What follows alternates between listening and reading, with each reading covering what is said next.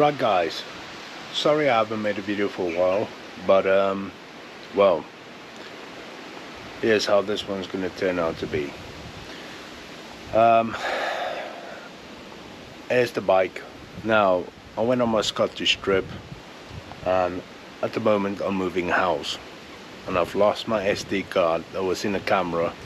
Can't find it anywhere, and it's got my last day of a Scottish trip on it, which is a bit of a problem, but nothing major. Anyways, when I came back from Scotland, I took my bike in for a service, and the guy basically serviced my bike, and he said to me, we've got some everything's fine, but we've got some issues. Your rear suspension is about to go. Which I thought, pants. So I thought, okay, I'll go and test it out and see if he's just talking nonsense, because he's not somebody that actually deals with electronic things and things like that. And yeah, so I went to test it out.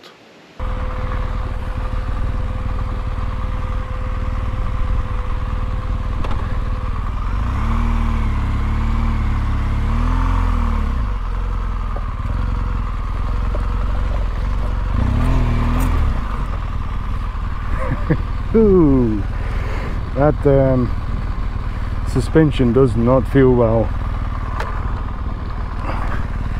I've just gone through this little bump here and I could feel it.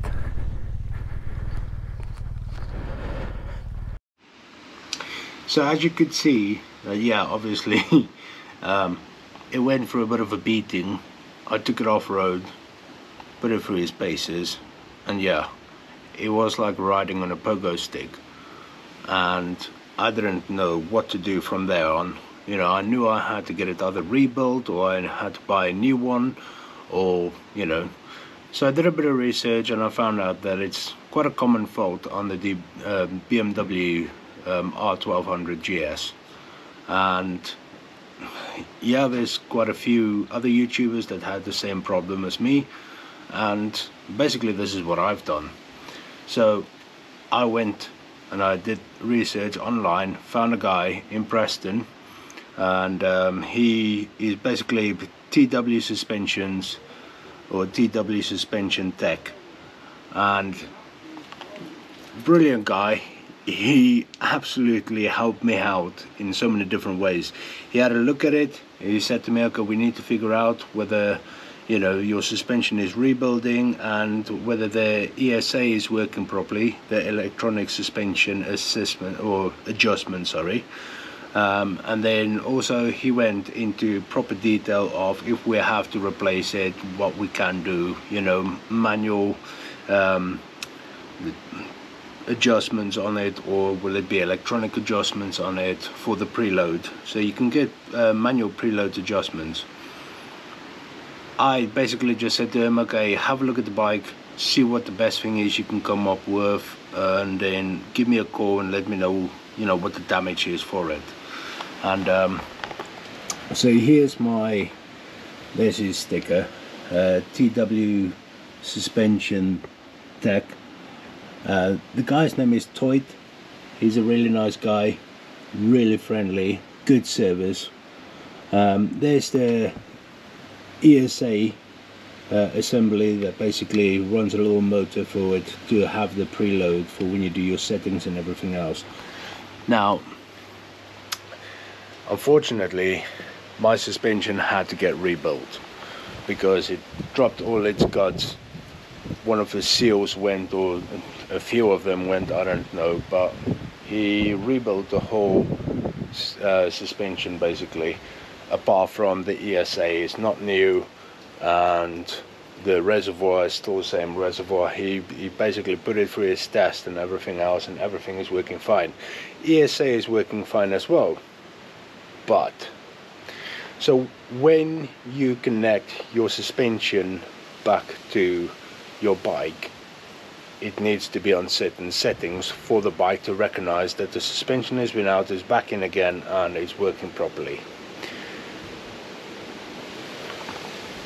I'll tell you a little bit about that, because that can cause some problems. Right, So first things first, when you switch your bike on, you will see there that you can select your ESA on hard, soft, mid or normal. Now when you remove your suspension, if you do remove it, you should have it on one helmet and hard, right, in order for the bike to read the fact that you're gonna remove your suspension, and when you put it back in, it should be on that setting again.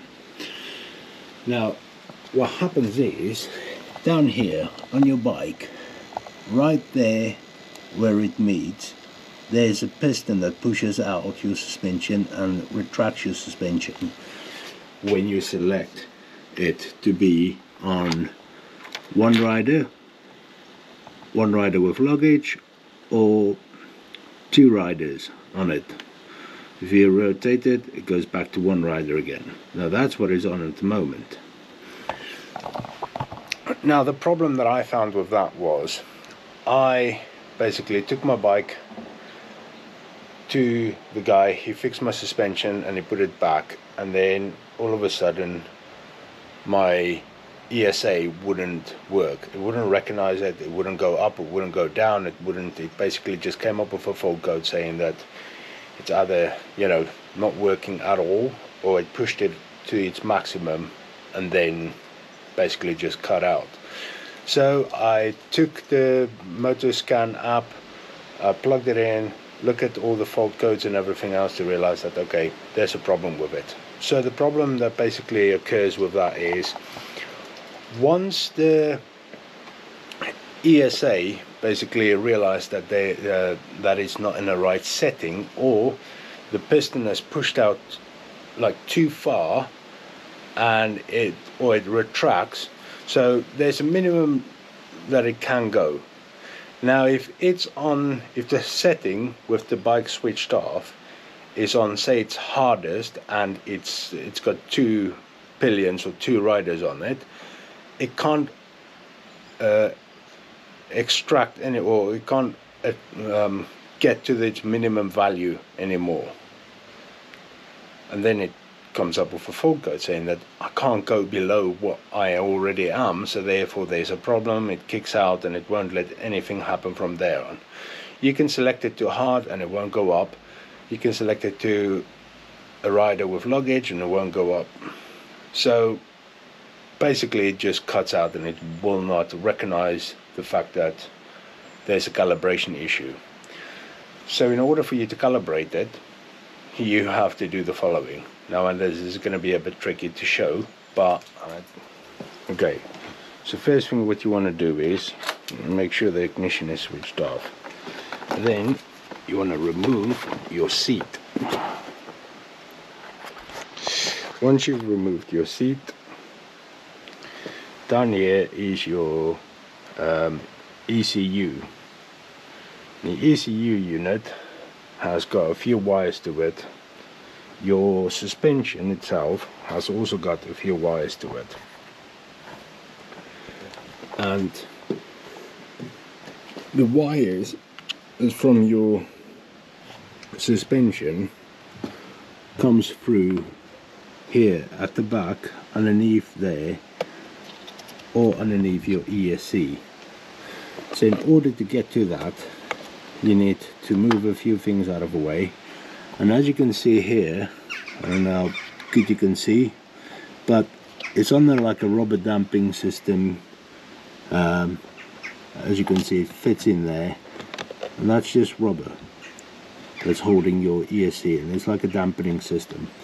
So you want to grab your your ECU, and give it a little bit of a pull up, and just pull it towards you, and then it slides out like so. Now that it's out, you want to disconnect it from that there. If you can, move this out of the way because you don't need those wires. So down here you've got two wires. That one is for the power basically to your dampening, as in normal, soft or hard. This one, it's got 4 wires on it. Now it's on a little tab, so all you want to do is just put your finger underneath and pull, and you'll see it comes out like so. Now let me take you through what to do from here. Right, so first thing you want to do is you want to remove these wires basically, or this plug.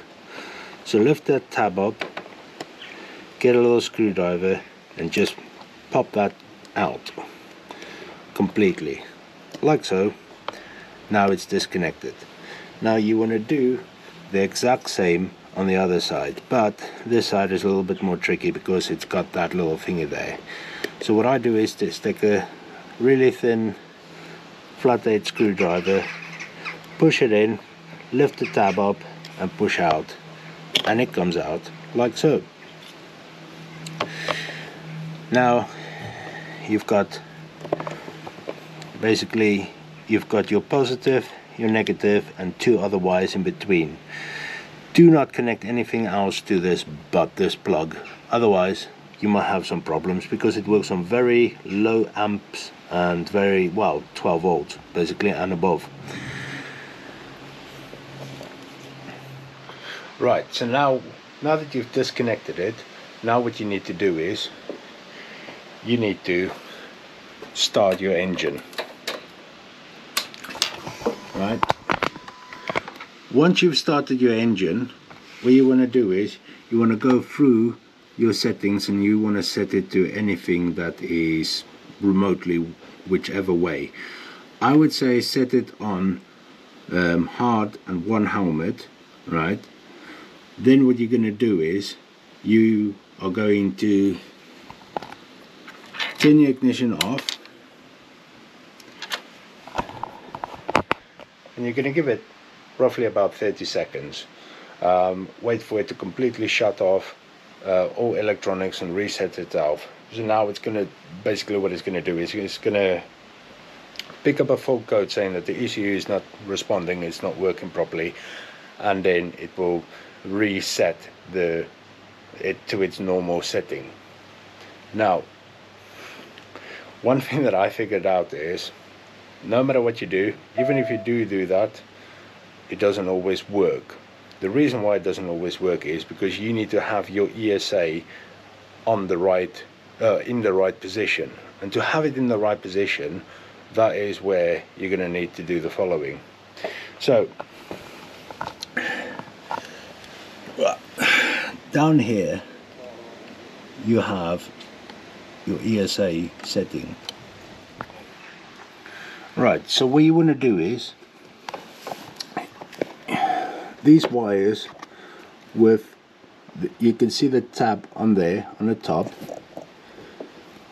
and then there's another little tab there that clips into your whatchamacallit, your little cover. So with them both facing up, that's how they plug in. Now, in order for you to retract the piston or push the piston out, you need to turn the wires around, plug it in, and then you need to select 2 riders, and it will fully push it in, or fully push it in if you select 2 riders.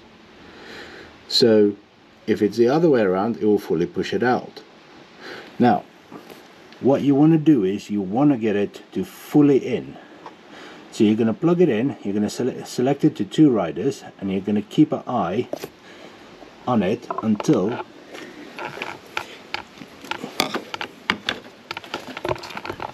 the suspension is that distance away from it. Then what you want to do is you want to turn your ignition off as soon as you can before it retracts too much.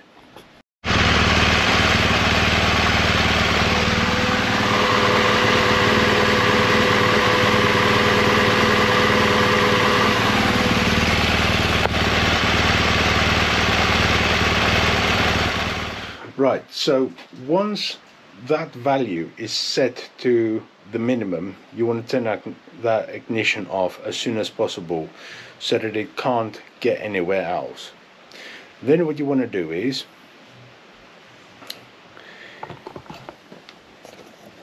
you want to plug it in the right way again, right? With both little tabs facing upwards to you, plug it in like it normally would do. Then what you want to do is, you know, come back, turn the ignition on, and go through the whole, basically one rider with luggage, 2 riders, and you will see the piston move in and out like it's supposed to. The reason why you want to stop it, I want to say you want to stop it a millimeter before it goes fully in. The reason why I say that is because once it goes fully in, it registers it as below the minimum value, and therefore it will not come out again. It will not go to any other values, and that's the only way I've managed to do it. Now I've tried to calibrate it through the Motorscan app, and it just comes up saying that it's not connecting with it for some reason or whatever the problem is. So I had to do it manually with resetting the ECU and resetting the ESA, basically that way through. And so far it's worked for me, so I hope you guys found this very helpful. If you do find it helpful, give it a like. If you have any questions, leave comments below. I will get back to you whenever I can. I'm busy going through a house move, that's why I haven't done any traveling, I haven't done any adventures, I haven't done literally anything. I've just been working my backside off and trying to get my bike fixed. So yeah, once you've done all that and it's working, then all that is just in reverse, put your ECU back in, and it just slides into these rubber mountings on either side. Tuck your wires in underneath there, and then yeah, put your seat back on and you're good to go. So yeah, a big shout out to the suspension company that basically worked on my suspension, and there you go, that is TW Suspension Tech. I'll give their website, a link to their website underneath in the description below, and I'll also have everything basically bullet pointed out of what I did to make it work. And I'll tell you what, if you have any problems with your suspension, it doesn't have to be a BMW, it doesn't have to be any other bike, it can be literally every single bike that you can think of. If you want to upgrade your suspension, if you want to work on your suspension, if you want basically manual preload on it, where you just have to twist it to the right preload, I would suggest give the guy a bell. He is well certified to work on like almost every single electronic suspension that you can think of. He's reasonably priced, and yeah, he doesn't waste your time. He tells you straight away what he thinks the problem is, and he will help you out, and he will contact you whenever there's a problem with it, and he will make sure that you are happy and satisfied as a customer. I'll tell you what, best service ever. I give him 10 out of 10 for his service, because he contacted me on his, well, from a trip from the Netherlands, driving back, he contacted me just to let me know that he found a way of how to help me out with the suspension. So yeah, shout out to him. And then yeah, once again, I'm sorry I haven't uploaded any videos. I am looking at it, you know, doing quite a few more trips and everything else, so I will, yeah, see what I can do. But at the moment, house move, I don't know if any one of you know how difficult it is, but yeah, as soon as I get a chance, I will upload a lot more. So keep an eye out, hit that notification bell, and you'll get notified when I upload a new video. Anyways, hope you guys have a lovely day, and I shall speak to you guys later. As I say, any questions, any problems, you know, I would say build a bridge and get over it, but this time just do the wiring properly and calibration properly and you'll be fine. Thanks for watching. Bye bye.